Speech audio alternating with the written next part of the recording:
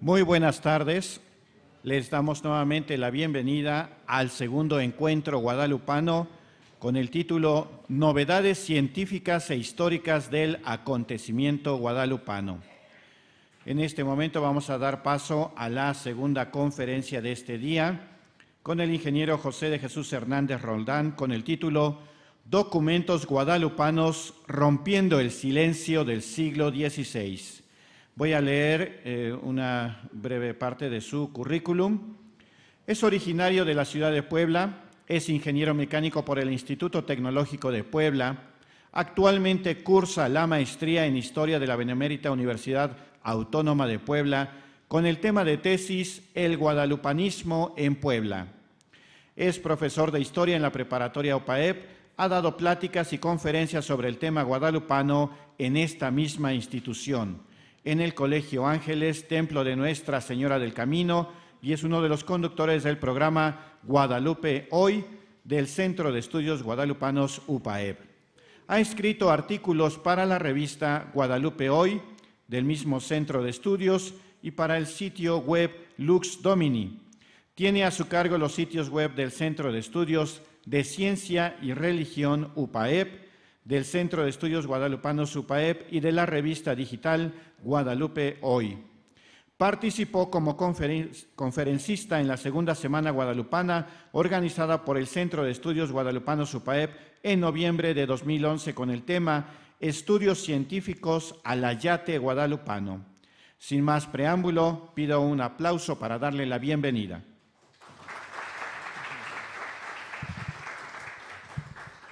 Gracias, buenos días, tardes ya. Espero que estén disfrutando este encuentro guadalupano y les agradezco mucho su presencia. Y pues el tema que vamos a hablar es precisamente de lo que el doctor Adolfo Orozco mencionaba hace unos momentos, en la parte final ya de preguntas y respuestas. Él hablaba de la importancia de la documentación histórica en el tema guadalupano. En este caso, quisiera recordar una frase del historiador francés Marc Bloch, quien dice así sobre los documentos históricos: el documento histórico es como el testigo en un juicio, solo va a hablar si lo interrogas. Por lo tanto, hay que interrogar a los documentos históricos. Nos proponemos hacer esto. Vamos a interrogar a los documentos históricos sobre el tema guadalupano. Ahora, mencionamos aquí el silencio del siglo XVI como una teoría, una hipótesis que se ha manejado desde finales del siglo XVIII. Y esta hipótesis dice, en pocas palabras, que entre 1531, en que ocurre la aparición, y 1648, no habría documentos históricos sobre la aparición guadalupana. Es decir, habría un silencio histórico que, en opinión de quienes proponen esta hipótesis, invalidaría a las apariciones como un hecho histórico. Les voy a mencionar aquí a estos dos personajes. De este lado está el cronista de Indias Juan Bautista Muñoz, quien a finales del siglo XVIII, en un documento cuyo título aparece aquí, Memoria sobre las apariciones y el culto de Nuestra Señora de Guadalupe de México, habla de que él buscó documentación histórica y sus palabras, sus conclusiones son: pero examinado todo, nada se halla de cierto en el espacio de un siglo, con poca diferencia. O sea, no hay nada, dice él, Muñoz. Un siglo después, Joaquín García y Casbalceta, quien por cierto es un historiador de primer nivel en la historiografía mexicana, era además devoto católico, circunstancia que pesó mucho cuando él expresa sus dudas sobre la historicidad guadalupana. Y en una carta escrita al arzobispo de México, dice textualmente Casbalceta: antes de la publicación del libro del padre Miguel Sánchez, 1648, no se encuentra mención alguna de la aparición de la Virgen de Guadalupe a Juan Diego. Si analizamos las fechas implicadas en estas afirmaciones, puede darse un problema histórico muy serio. Por ejemplo, de 1531 a 1648, pues estamos hablando de 117 años. Si un acontecimiento en 117 años no fue mencionado por nadie, sí se pueden presentar dudas históricas, y esto es lo que presentan tanto Muñoz como Casbalceta. Ahora bien, en el caso de Muñoz, que lo expresaba con cierta duda y todavía pensando en la posibilidad de encontrar más manuscritos, no ocurre así con Icaz Balseta. Icaz Balseta es muy tajante. Icaz Balseta dice, esto lo inventaron. El padre Miguel Sánchez, con elementos del imaginario indígena, algunos relatos populares que encontró, inventó el asunto. Eso ya es muy grave. No es decir nada más que no hay documentación histórica. Es decir, que el asunto se inventó directamente y, corriendo el tiempo, algunos han atribuido siniestros y oscuros propósitos tras la invención de este acontecimiento guadalupano. ¿Con qué interés alguien inventó esto? Las opiniones más anticlericales dicen que se inventó para controlar a los indígenas, para convertirlos, para lograr la labor de convertirlos. Obviamente no nos explican por qué la Iglesia no utilizó esa misma táctica para convertir a los africanos o a los hindúes o a los chinos o a los incas, por ejemplo. Ese es un pequeño detalle que se les pasa. Sin embargo, ya es importante tener el dato de que estos dos historiadores, porque ellos son historiadores, no encontraron documentación histórica. No eran dos simples aficionados que estuvieran diciéndolo, eran personas estudiosas y además dedicadas a la historia. Entonces, vamos a pasar ahora a ver a qué libro se refería Icaz Balseta. Esta es la portada del libro del padre Miguel Sánchez. Este libro, Imagen de la Virgen María, Madre de Dios de Guadalupe, fue impreso y publicado en 1648 y es el primer libro impreso sobre el tema guadalupano. Antes de esta obra no había un libro sobre el tema guadalupano. Había documentos que son los que vamos a presentar, pero no libros.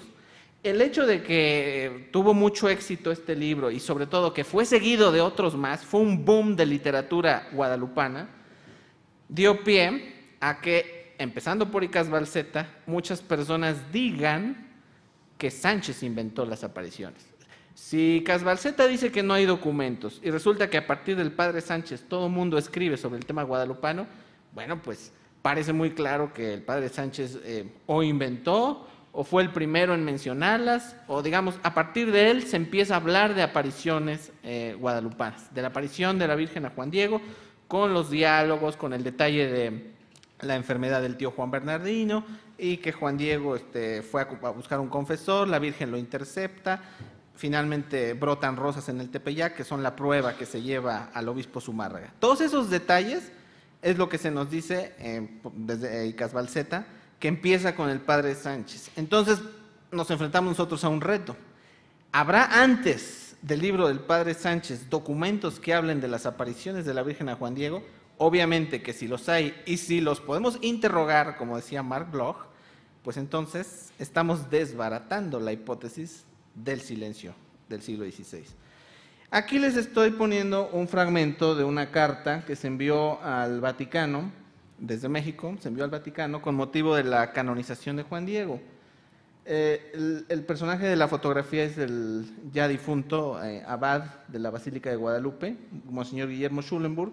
Él encabezaba un grupo de clérigos y de académicos mexicanos que pedían al Vaticano detener el proceso de canonización en lo que se encontraban pruebas históricas que a su juicio faltaban para establecer a Juan Diego como personaje histórico. Y bueno, obviamente no solo se atacaba la historicidad de Juan Diego, sino junto con él la historicidad de las apariciones guadalupanas. Y textualmente están diciendo, a Juan Diego y a las apariciones las encontramos a partir de mediados del siglo XVII, es decir, en la época del padre Sánchez, mediados del siglo XVII, 1648, 1649. Esta afirmación es la que nosotros vamos ahora mismo a desafiar, digamos. Si encontramos a Juan Diego y a las apariciones antes de 1648, antes de Miguel Sánchez, entonces yo les voy a proponer a ustedes una contrahipótesis, que en realidad sí hay documentos en este siglo del silencio, que por lo tanto viene a dejar de ser siglo del silencio. Eso es lo que vamos nosotros ahora mismo a estudiar lo más brevemente posible. Cada documento, créanme, que merecería un estudio personal, un estudio personalizado y completo, que no da tiempo en este momento de realizar. Aquí les estoy presentando a varios personajes que hicieron compilaciones de documentos guadalupanos. No me voy a detener mucho con ellos, simplemente se los estoy mostrando por dos motivos lo hago. Primero, porque no se trata esto de un asunto simple, de un asunto superficial. Es algo que ha llevado años, décadas de estudio, y estas personas son historiadores importantes. Son todos historiadores guadalupanos del siglo XIX y siglo XX, Fortino Hipólito Vera, primer obispo de Cuernavaca, el padre Mariano Cuevas, que es el historiador por excelencia de la Iglesia en México, Primo Feliciano Velázquez, nahuatlato, académico, historiador potosino, Jesús García Gutiérrez, quien fue miembro de la Academia Mexicana de Historia. Ellos ya han abierto el camino para que hoy nosotros podamos estudiar algunos de estos documentos guadalupanos. Y este es el segundo motivo por el cual los estoy presentando. Es una especie de honrar el trabajo que ellos han hecho. No me quiero yo tampoco atribuir méritos que otros historiadores tienen. Yo he estudiado, me he basado mucho en lo que otros historiadores ya han avanzado. No es cosa que el Centro de Estudios Guadalupanos, UPAEP, esté descubriendo el hilo negro o esté inventando el agua tibia. Esto ya es algo estudiado, es algo que ya lleva mucho tiempo. Desde la época de Icaz Balseta. Icaz Balseta escribió su carta en 1883 y unos años después Monseñor Vera publica su obra Tesoro Guadalupano, aquí está. Entonces, ya desde la época de Icaz Balseta se empezó a poner en duda que hubiera un silencio guadalupano. A mí me da cierta, no precisamente molestia, pero sí esbozo una sonrisa, porque hoy en día hay personas que sacan la carta de Icaz Balseta como si fuera algo nuevo. Entérense ustedes, guadalupanos, de que hay un silencio. Miren, lo dice Icaz Balseta. Oye, esa carta ya la conocemos desde hace un siglo, ya hay quienes la han estudiado, ya hay quienes la han respondido. Entonces, invitemos a estas personas a leer estos estudios que son la contra de la propaganda que se le hace tanto a la carta de Icaz Balseta. El mismo Icaz Balseta, siendo católico, tuvo ocasión de lamentar que su carta pudiera tener algún efecto que nublara la devoción del pueblo mexicano en la Virgen de Guadalupe. La devoción él la respetaba mucho, él solo se iba a la historicidad del suceso. Ahora bien, aquí como les pongo, vamos a mostrar documentos que antes de 1648, antes de Miguel Sánchez, ya hablen de las apariciones guadalupanas y de Juan Diego. Ahora bien, déjenme decirles otra cosa sobre los documentos históricos. Hay otro historiador, Jacques Le Goff, quien dice algo muy interesante sobre los documentos históricos en general. Él dice, ningún documento histórico es inocente.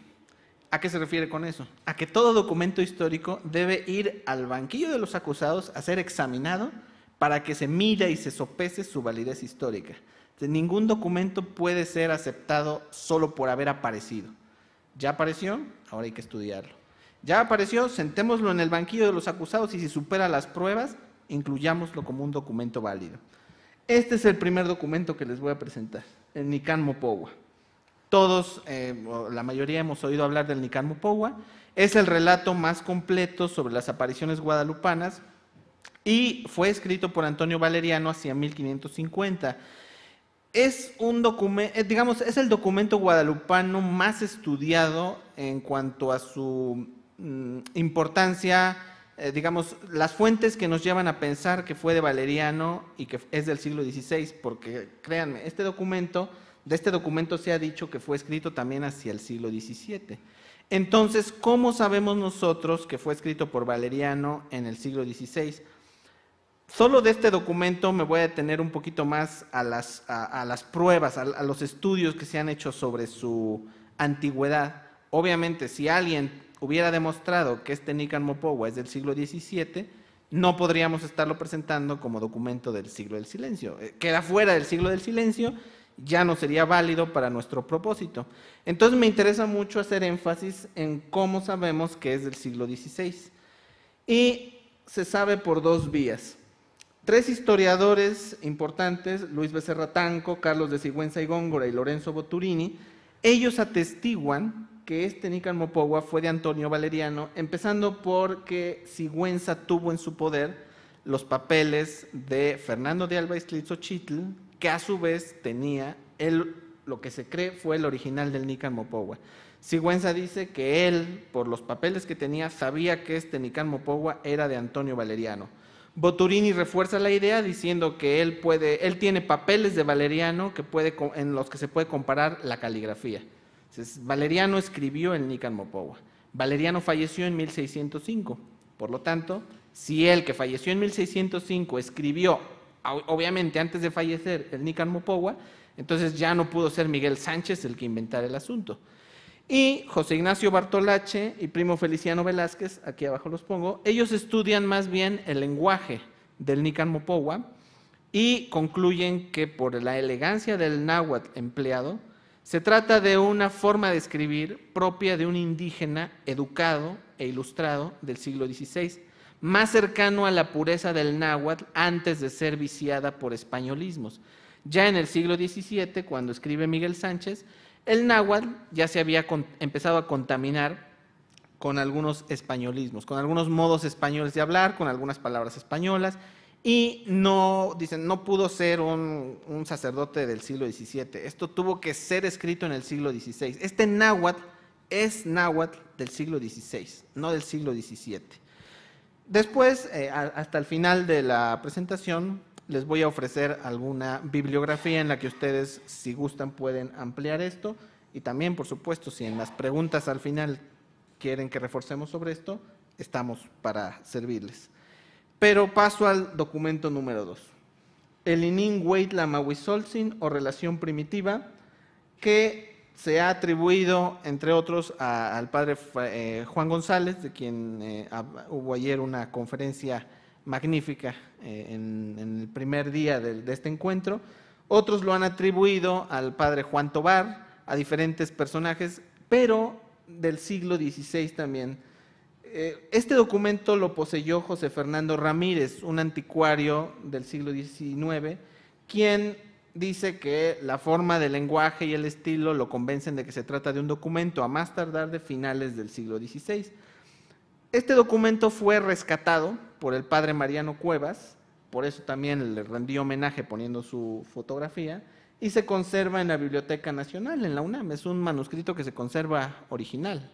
Entonces se puede estudiar y el estilo del lenguaje utilizado hace pensar que se trata del siglo XVI, de un personaje del siglo XVI.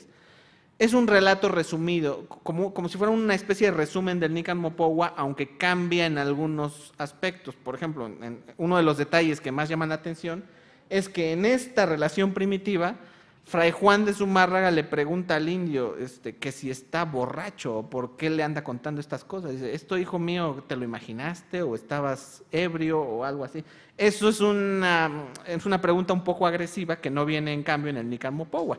En el Nican Mopohua dice que Zumárraga simplemente no le da crédito y lo despide y nada más. No nos dice que fuera un poco agresivo con él en ningún sentido. La relación primitiva sí lo menciona. Eso es importante, porque algunos estudiosos que decían que esta relación primitiva no era más que un resumen del Nican Mopohua, pues no puede ser así. Si difieren en algunos detalles, tienen que ser diferentes, no pueden basarse uno en el otro. Eso es lo que más importa de los detalles de la relación primitiva.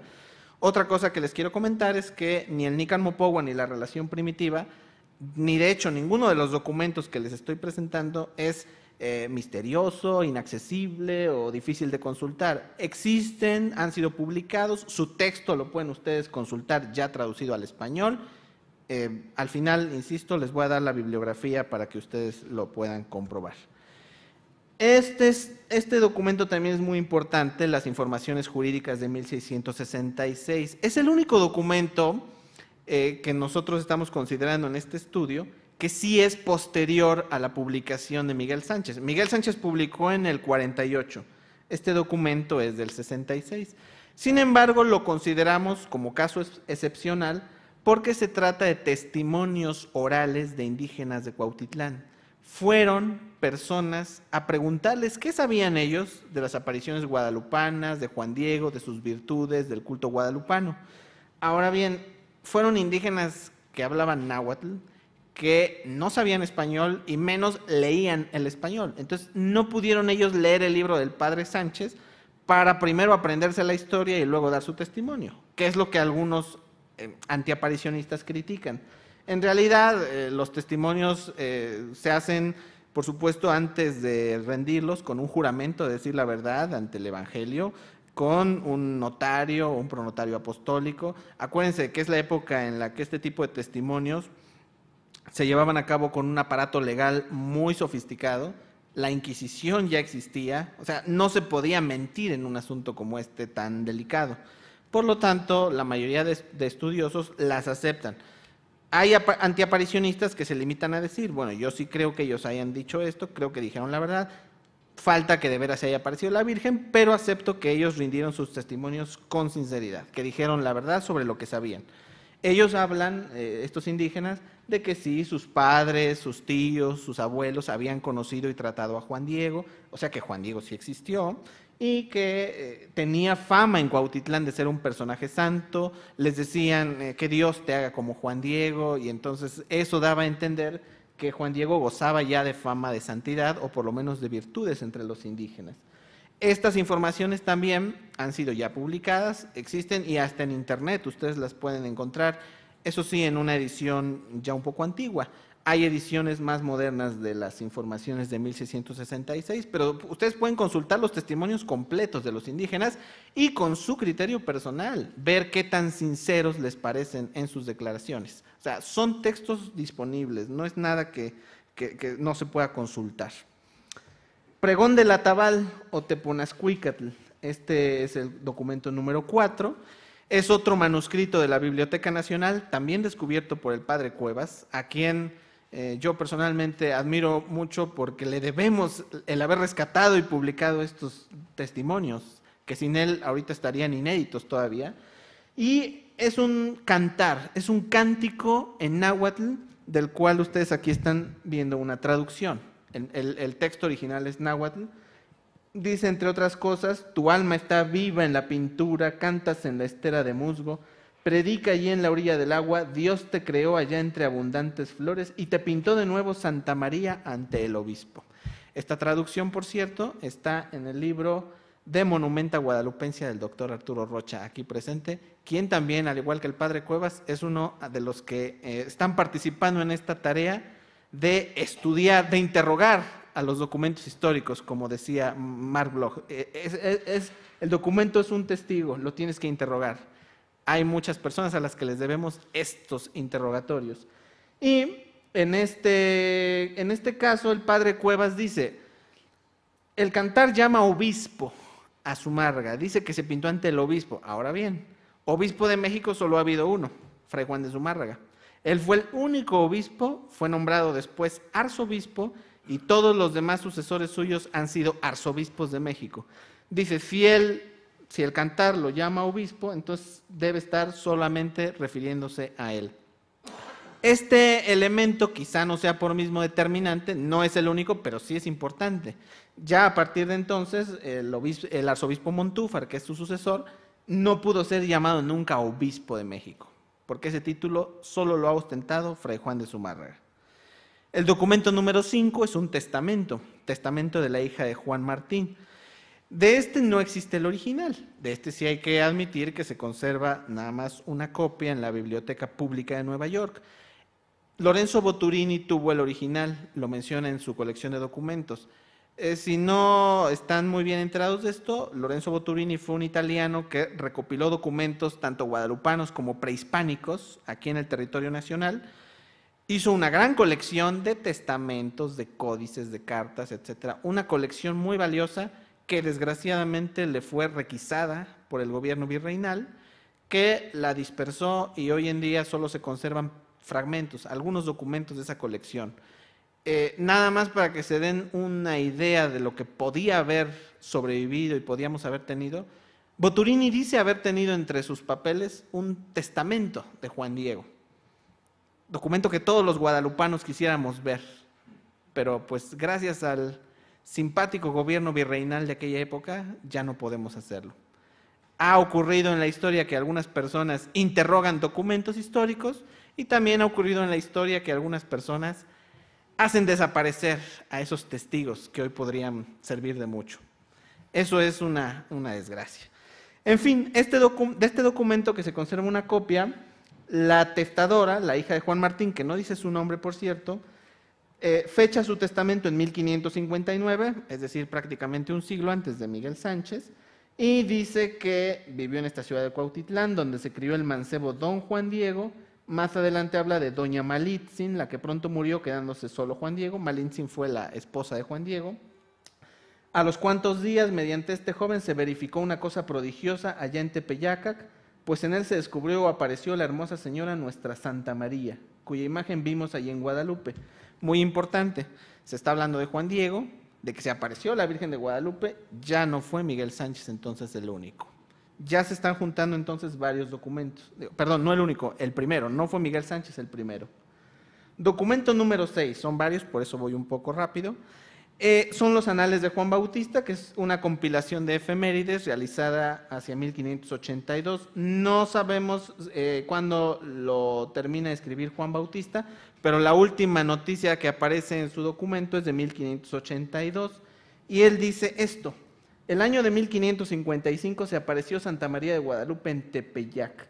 Ha habido mucha discusión sobre por qué dice él 1555 y no la fecha que dice el Nican Mopogua, 1531. Se ha atribuido a errores en la diferencia entre el calendario indígena, el calendario cristiano.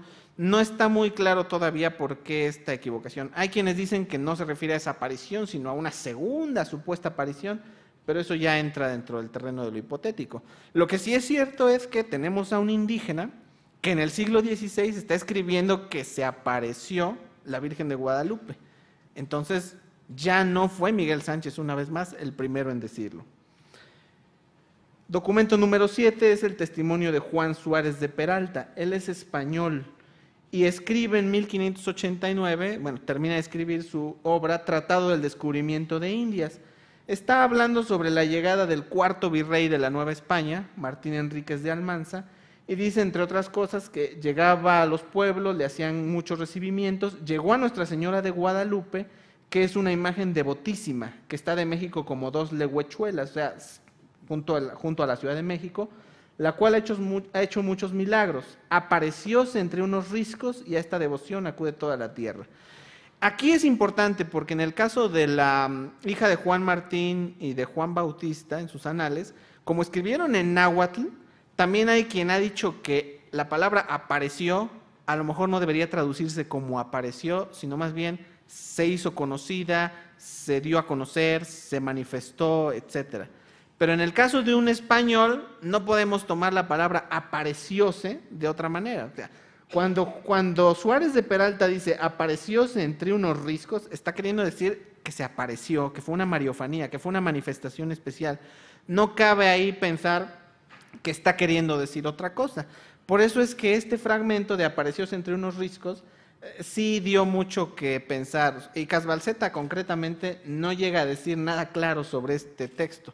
Dice que pues a lo mejor está hablando de otro tipo de aparición, o a lo mejor está hablando de otra aparición diferente, a lo cual los defensores responden que si para negar la aparición conocida inventas otra que nadie conoce, pues ya no estás siendo histórico. Ahí estás queriendo no perder tu punto, no perder tu causa, cuando las evidencias están en contra tuya, ¿no? Documento 8, Nican Motecpana, también conocido, hermano menor del Nican Mopogua, se le ha considerado así. Es un manuscrito escrito por Fernando de Alba Ixtlilxochitl. Ixtlilxochitl fue un historiador mestizo que murió hacia 1650, o sea, él tuvo todavía pudo vivir todavía para ver la publicación del libro del Padre Sánchez. Él fue uno de los descendientes de Netzahualcóyotl y él digamos que se encargó de redactar la versión, no la versión indígena de la conquista en sí, no exactamente eso, pero sí escribió sobre lo mucho que debió Cortés a los texcocanos, a los indígenas aliados.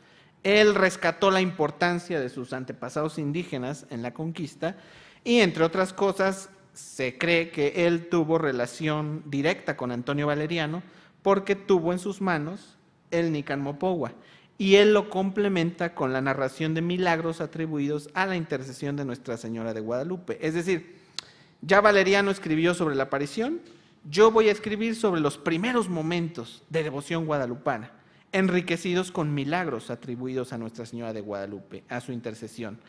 Y este documento se conserva junto con el Nican Mopogua en la Biblioteca Pública de Nueva York, y yo creo que le ha faltado estudiar más al Nican Motecpana, Realmente de los dos, estando el Nican Mopogua, pues le ha hecho sombra al Nican Motecpana de una manera quizá no injusta, quizá inevitable, pero también es muy importante porque dice textualmente: a poco que se mostró la Señora del Cielo a Juan Diego y muy prodigiosamente se apareció su preciosa imagen, hizo muchos milagros. ¿Cómo es posible que, habiendo un documento así, nos digan que Miguel Sánchez fue el primero que habló de esto? No puede ser. Definitivamente no hay un silencio, lo estamos viendo, todavía faltan algunos documentos, no hay un silencio histórico del siglo XVI. La verdad es que si nosotros consideráramos unos cuantos documentos al respecto, ya podríamos decir que alguien habló del asunto antes, pero no son unos cuantos documentos, son varios, y algunos de ellos manuscritos extensos, escritos por personas de importancia. Ixtlilxochitl no era cualquier persona, es un cronista del siglo XVI, finales del XVI y principios del XVII, es una persona importante. No fue cualquier persona que lo dijera como un rumor, lo pusieron por escrito, alguien se molestó en escribirlo. Entonces no puede sostenerse esta hipótesis del siglo del silencio a estas alturas. Placa de Stradanos. Esta placa es una placa de cobre hecha para imprimir estampas con motivo de la construcción del primer santuario guadalupano de piedra. Ya no la ermita pequeña, sencilla, se estaba construyendo por el arzobispo Juan Pérez de la Serna, el primer templo grande, digamos, de piedra, más permanente en el Tepeyac, y se manda a imprimir estas estampitas que tienen a los lados algunos milagros atribuidos a la Virgen de Guadalupe, y el que más me llama la atención a mí es este. Dice: Catarina de Monta, hidrópica de 11 años sin esperanza de salud, vino a novenas y bebió el agua de la fuente donde apareció Nuestra Señora de Guadalupe. Otra vez se habla de que se apareció Nuestra Señora de Guadalupe, otra vez es en español, no hay ahí que el náhuatl haya querido decir otra cosa, no hay una traducción de por medio, es en español, y esta placa fue hecha antes de 1622, es decir, antes de Miguel Sánchez, 26 años antes de Miguel Sánchez. Esta placa, por cierto, no la conoció Icas Balseta, fue descubierta después, ya en el siglo XX, y bueno, algunos simpatizantes de Icas Balseta como historiador dicen que seguramente si él hubiera conocido más documentos históricos como estos, hubiera sido lo suficientemente sincero como para retractarse o modificar su punto de vista. Pero bueno, no le tocó ver a Icas Balseta estos documentos. Es un problema que uno quiera establecer una verdad histórica pensando que en el futuro ya no se van a encontrar documentos. Icas Balseta y Muñoz pues no conocieron algunos, no podían saber que en el futuro se iban a descubrir algunos como este. Entonces, eso nos llama a nosotros y nos da otra moraleja, la de ser un poco prudentes a la hora de aceptar y de asentar ciertas ideas, en este caso históricas. Documento 10, relación de Chimalpaín, similar a los anales de Juan Bautista, es un conjunto de noticias recopiladas por un indígena hacia 1629.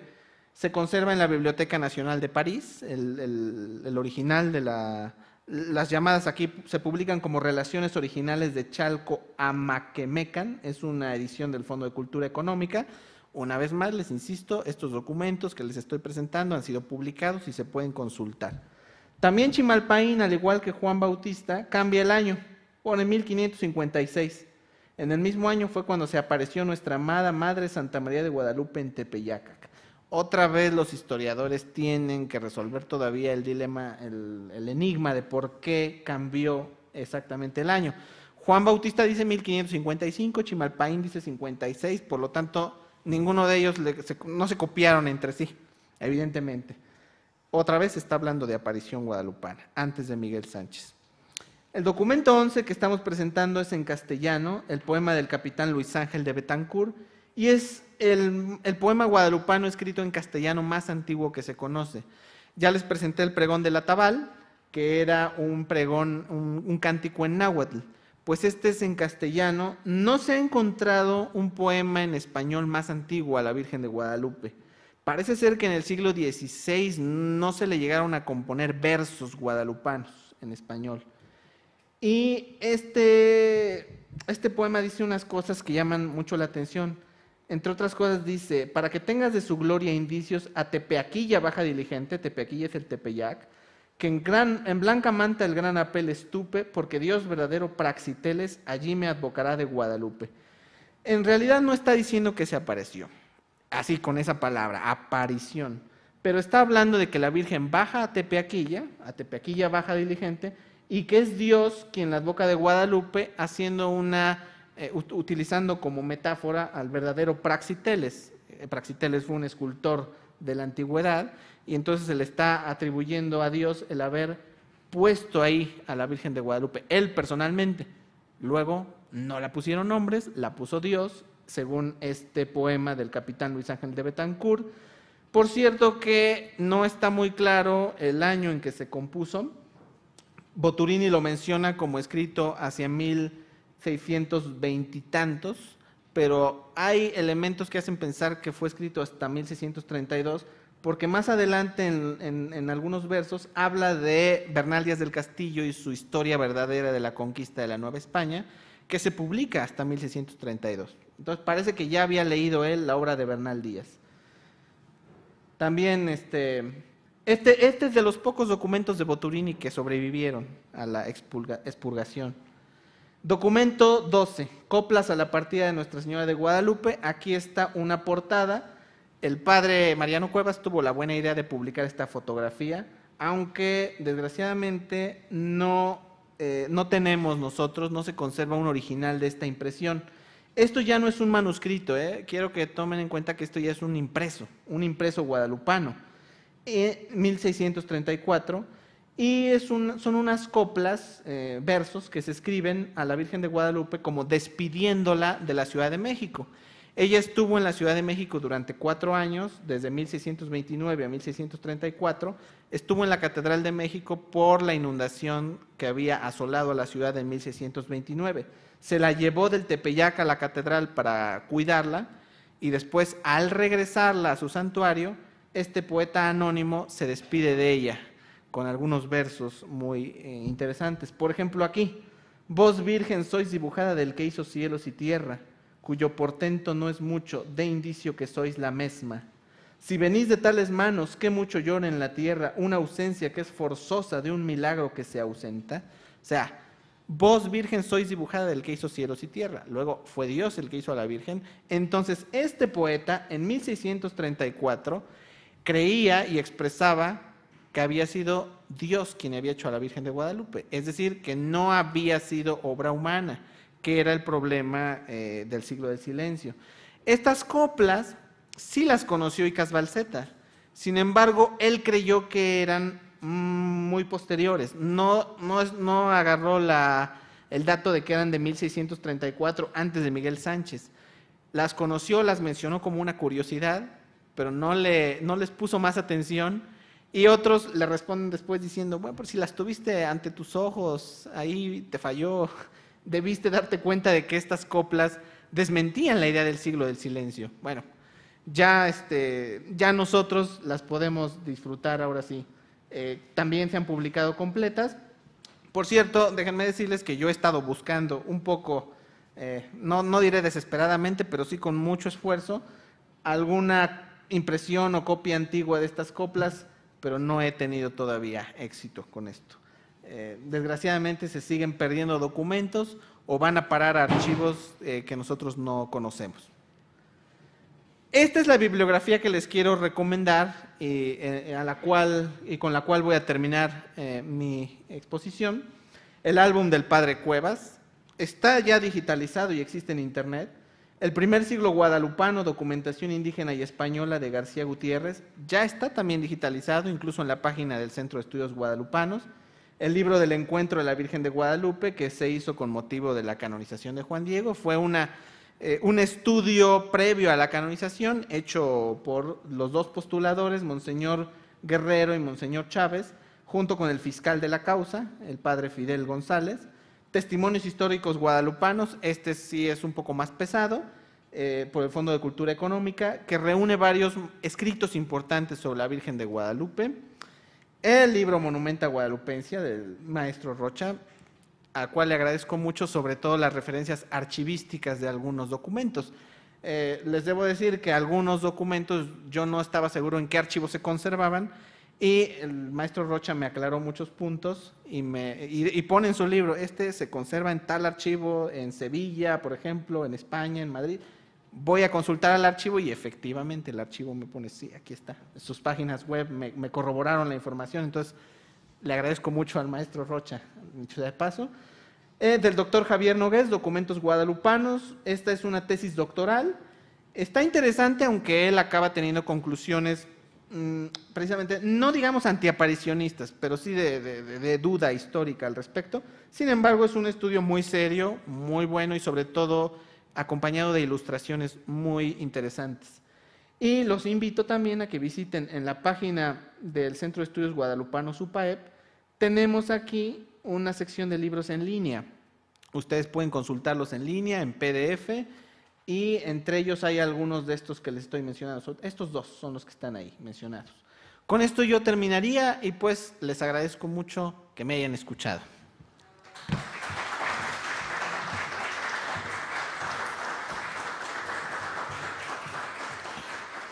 Iniciamos nuestra sesión de preguntas. Adelante, por favor.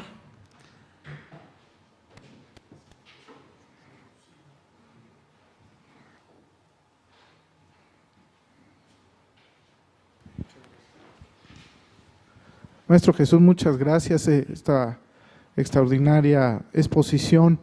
Yo quería comentar 2 o 3 cosas rápidamente, concreto sobre la relación de Chimalpain y los anales de Juan Bautista, que los dos coinciden más o menos en un año, 1555-1556. En efecto, muchos historiadores e investigadores se apuran a señalar el error o la dificultad de conciliar los calendarios, me refiero al calendario de los indígenas y los calendarios europeos. Pero esta es una explicación que ya debemos dejar de lado. Por ejemplo, en los anales de Juan Bautista, pues todos los demás hechos históricos están perfectamente ubicados. Sería verdaderamente muy raro que esa fecha, 1555-1556, con relación a Guadalupe, estuviese equivocada. Lo que pasa es que la palabra náhuatl en estos 2 documentos, que es Moneshiti, no es aquí tanto aparición cuanto fue mostrada. ¿Y a qué se refiere? Se refiere a la inauguración de la ermita de Alonso de Montúfar. Es decir, hubo una primera ermita de Fray Juan de Zumárraga, que sabido era una construcción bastante pobre en consideración al portento que custodiaba, pero después vendría la segunda ermita, la de Alonso de Montúfar, que era un templo mucho más suntuoso, y es precisamente en ese contexto, en el contexto de una recolocación de la imagen, que se habla precisamente de 1555 o 1556. Que esto le resta estatuto, al contrario, lo fortalece sobre todo en el contexto de las cartas del virrey Martín Enríquez de Almanza, por ejemplo. Ahora, hay un documento que es precioso, que es la relación del pirata Miles Phillips, que si bien no habla de Juan Diego, no habla de apariciones, más ni siquiera habla de la imagen, sí describe precisamente el fasto de la ermita Montúfar. Y esa relación del pirata Miles Phillips fue publicada a la postre en 1598, es decir, es el primer impreso que habla de Guadalupe de México y ya tiene la dignidad de los moldes. Es una obra, como sabemos, de Richard Hakluyt, es el gran libro de los Voyages, Traffics and Discovery of the English Nation, y ahí Hakluyt le da voz a un pirata que procede de un contexto protestante, ciertamente, a veces un sujeto que no tiene absolutamente nada que ver con la devoción, sin embargo habla de la ermita Montúfar. Es algo también tan interesante como los diálogos de Francisco Cervantes de Salazar, que en 1554 ya le da un lugar importante, fundamental a Tepeaquilla, al lado de las grandes ciudades del entorno del lago de Texcoco, entre quienes cuenta Iztapalapa, Tacuba, Coyoacán y Tepeaquilla. ¿Por qué iba a reparar Francisco Cervantes de Salazar en un pequeño templecillo si no había sucedido absolutamente nada con relación a él? Creo que son otros dos documentos muy interesantes sobre los que los guadalupanistas no insistimos suficientemente. Insisto, la relación del pirata Miles Phillips, que son 3 fechas, ¿verdad? De 3 distintas fechas, pero todas en el siglo XVI. Y termino diciendo los diálogos latinos de Francisco Cervantes de Salazar, que si bien no hablan tampoco de apariciones de Juan Diego y Virgen, sí habla de Tepeaquilla en un lugar y con una significación toral y preeminente. Sí, con respecto a esto, nada más quisiera comentar que efectivamente sobre el culto guadalupano hay 3 veces más cantidad de documentos de las que les he presentado. Yo quise más bien abocarme a las que sí hablaran de aparición de la Virgen y de Juan Diego, pero del puro culto y de la importancia de la devoción, hay tal cantidad de documentos que ni el propio Icaz Balseta pudo negar que había habido un culto. Él ahí daba otra hipótesis, que el culto empezó a disminuir y que después Miguel Sánchez logra resucitarlo. Ya hoy sabemos que el culto no disminuyó en ningún momento. Y sí, es un poco irónico, ¿no?, que haya sido una publicación inglesa, anglicana, la que habló por primera vez de Guadalupe en impreso, de Richard Hakluyt. Muy interesante. En el siglo XVI, claro.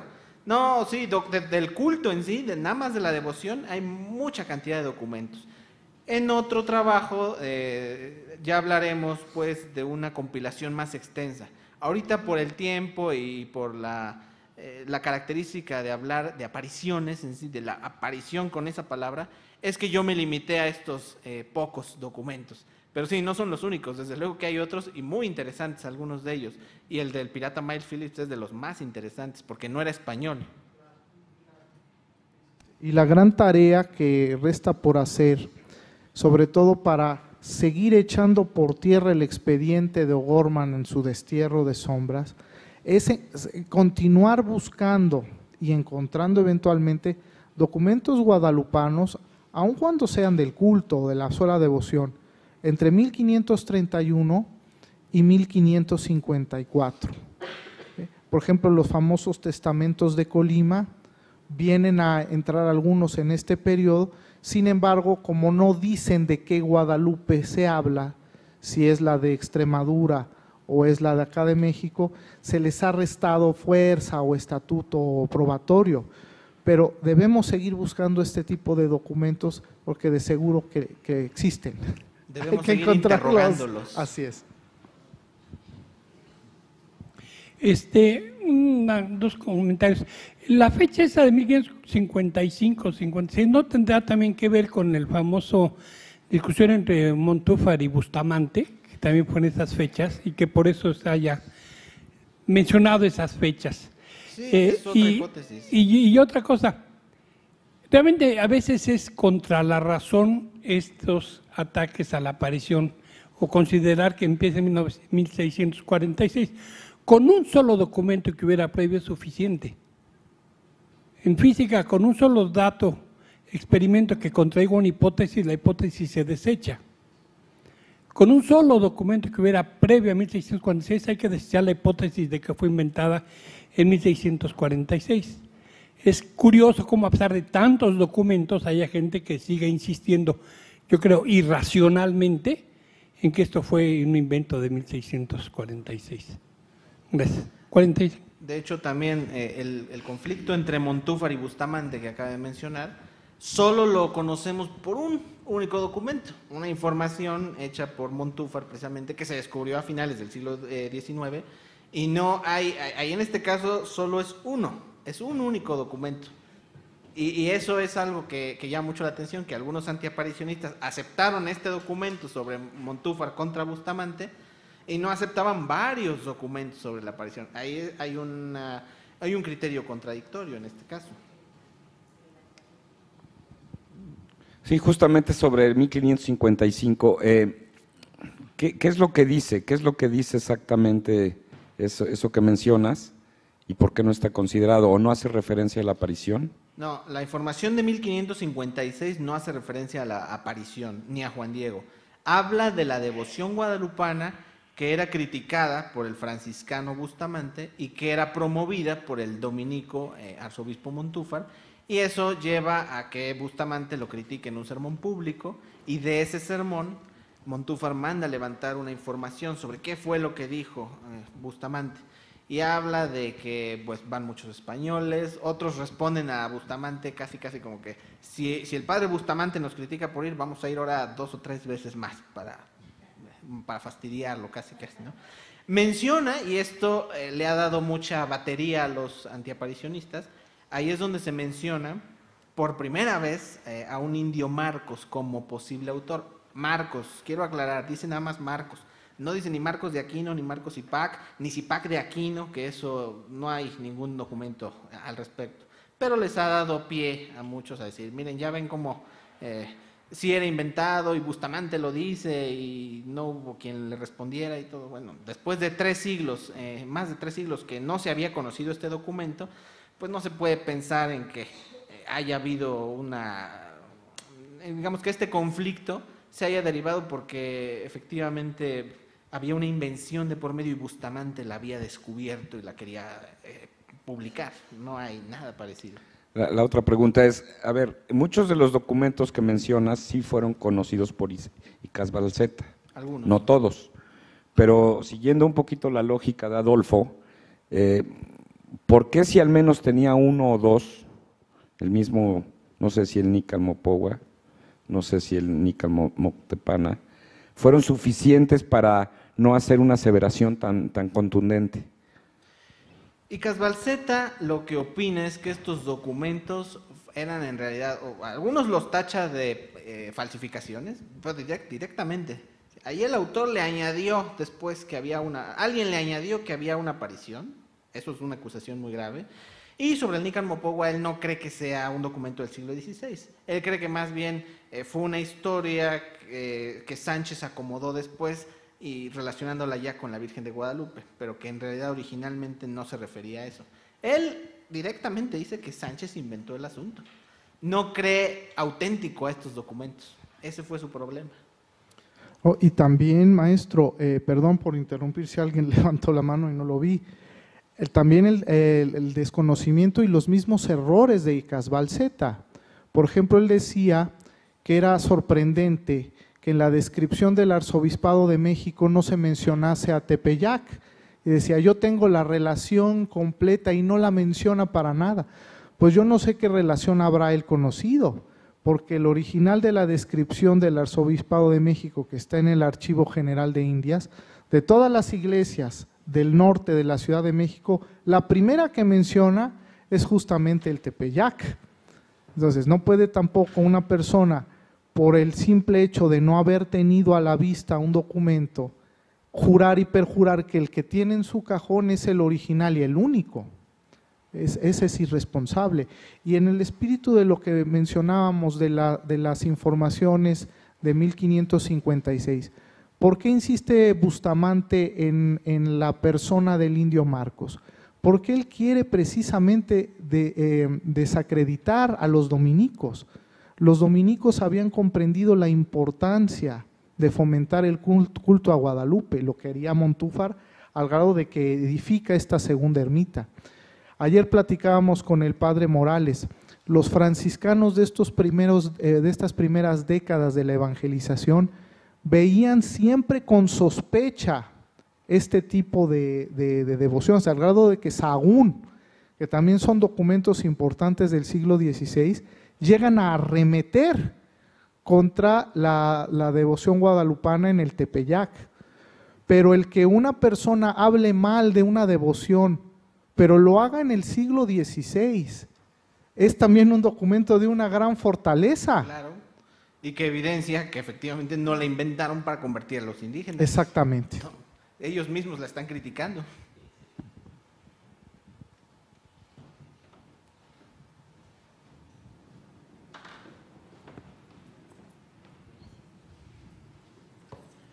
Si no hay otra pregunta, agradecemos al ingeniero Hernández Roldán su ponencia y pido al maestro Eugenio Urrutia Albizu, vicerrector académico, haga entrega de un reconocimiento.